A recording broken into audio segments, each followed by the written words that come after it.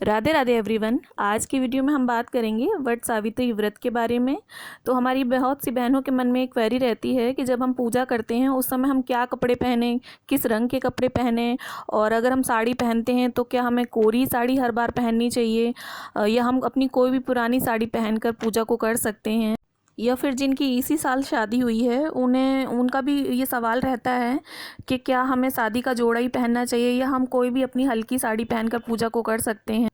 तो जिनका पहला वट सावित्री का व्रत है, यानी जिनकी इसी साल शादी हुई है, वो अपनी शादी का लहंगा या साड़ी पहने। और अगर गर्मी के कारण या लहंगा बहुत हैवी है, बहुत भारी है, या किसी और कारण से आप शादी का लहंगा या साड़ी नहीं पहनना चाहती, तो अपने शादी के चढ़ाई की कोई भी साड़ी पहनकर ये पूजा कर सकती हैं।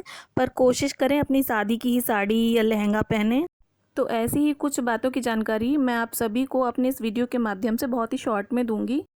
अगर आप किसी कारणवश शादी का लहंगा या साड़ी नहीं पहन सकती हैं, जैसे आपने अपनी शादी में अगर लहंगा रेंट पे लिया हो या कहीं आप दूर हैं उस जगह से जहां आपके शादी के कपड़े हैं, तो आप फिर कोई भी धुली हुई साड़ी, साफ़ सुथरी साड़ी पहनकर इस पूजा को कर सकती हैं।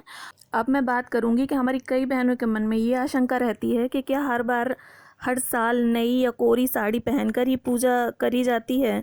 तो यहाँ पर मैं आपको बता दूँ कि अगर आप हमेशा से नई या कोरी साड़ी पहनकर पूजा करती आई हैं, तो आपकी इच्छा अनुसार आप अब इसे कंटिन्यू कर सकती हैं। ये पूरी तरह से आप पर निर्भर है। अगर आपकी इच्छा है तो आप हर बार नई साड़ी लाकर पहनकर इस पूजा को कर सकती हैं। लेकिन ऐसा बिल्कुल भी नहीं है, बिल्कुल भी ये ज़रूरी नहीं है कि आप हर बार नई साड़ी पहनकर ही पूजा करें। बशर्ते आपको इस बात का ध्यान रखना है कि आप पूजा करते समय जो भी साड़ी पहने हैं वह साड़ी आपने अशुद्धता में ना पहनी हो, उसे पहनकर आपने खाना ना खाया हो। कुल मिलाकर जो साड़ी आपने पहनी है वह धुली हुई और साफ़ सुथरी होनी चाहिए। और इस बात का आपको हमेशा ध्यान रखना है। अब बात करेंगे कि हमें पूजा में किस रंग के कपड़े पहनने चाहिए।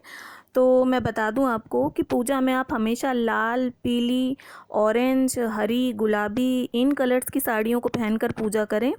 और थोड़ा जो डार्क कलर हैं, या जैसे ऑफ वाइट है, ब्लैक है और ब्लू है, पर्पल है, इन रंगों की साड़ी को पहनकर पूजा नहीं करनी चाहिए।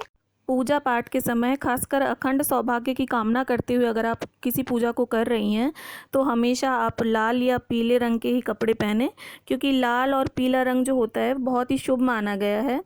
लाल पीले रंग को बहुत ही पवित्र और शुभता, सौभाग्यता का प्रतीक माना गया है।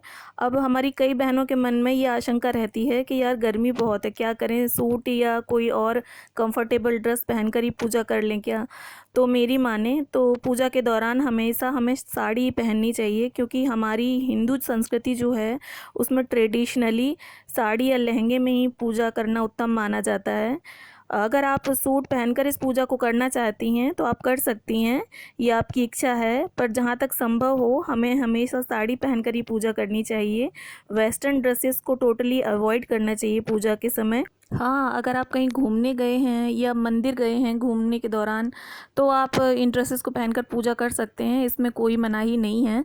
लेकिन अगर आप ये साल के जो व्रत आते हैं, जैसे करवा चौथ है, वट सावित्री का व्रत है, ये जो अखंड सौभाग्य के लिए जो व्रत हम करते हैं, उसमें आप साड़ी या लहंगा ही पहने। और अपने हिंदू कल्चर के को फॉलो करते हुए साड़ी या लहंगे में ही पूजा करनी चाहिए। बस ध्यान देने योग्य बात यह है कि आप जो भी साड़ी, सूट या लहंगा पहने वह कहीं से भी जला या कटा फटा ना हो, और बाकायदा आप सर पर पल्लू लेकर या दुपट्टा रखकर ही पूजा को करें। आई होप ये जानकारी आप सभी के काम आएगी। तो मिलते हैं अगले वीडियो में, तब तक के लिए राधे राधे।